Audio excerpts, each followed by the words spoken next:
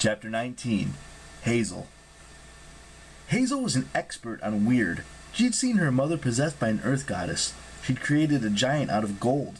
She'd destroyed an island, died, and come back from the underworld. But getting kidnapped by a field of grass, that was new. She felt as if she were trapped in a funnel cloud of plants.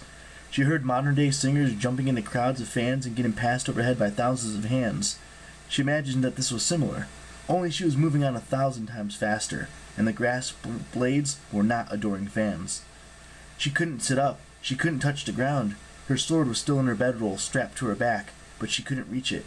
The plants kept her off balance, tossing her around, slicing her face and arms. She could barely make out the stars through the tumble of green, yellow, and black.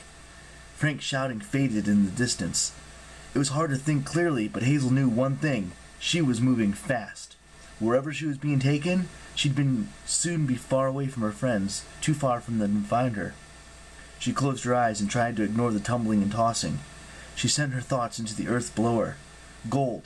Silver. She'd settle for anything that might disrupt her kidnappers. She felt nothing. Riches under the earth? Zero.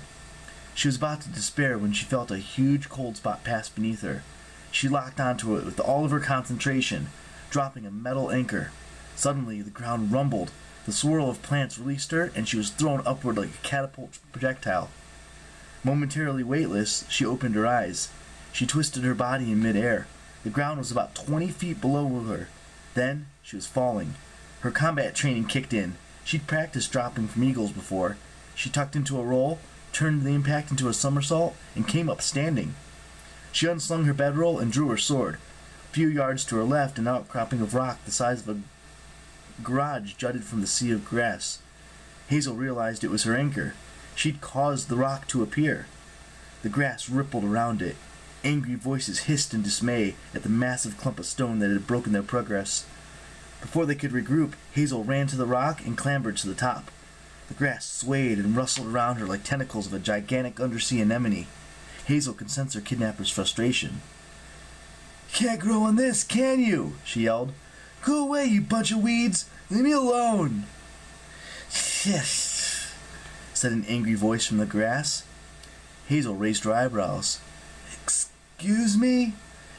"Yes, a big pile of yes." A nun at St. Agnes Academy had once washed Hazel's mouth out with fly soap for saying something very similar, so she wasn't sure how to respond. Then, all around her, the rock island, the kidnappers materialized from the grass. At first glance, they looked like Valentine angels, a dozen chubby little Cupid babies. As they stepped closer, Hazel realized they were neither cute nor angelic. They were the size of toddlers, with rolls of baby fat, but their skin had a strangely greenish hue, as if chlorophyll ran through their veins. They had dry, brittle wings like corn husks, and tufts of white hair like corn silk. Their faces were haggard, pitted with kernels of grain. Their eyes were solid green, and their teeth were canine fangs. The largest creature stepped forward. He wore a yellow loincloth, and his hair was spiky, like the bristles on a stalk of wheat.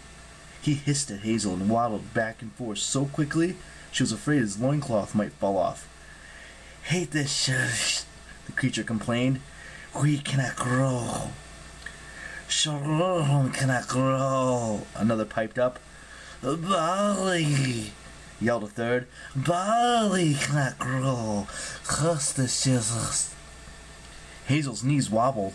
The little creatures might have been funny if they weren't surrounding her, staring up at her with those pointed teeth and hungry green eyes. They were little Cupid piranhas.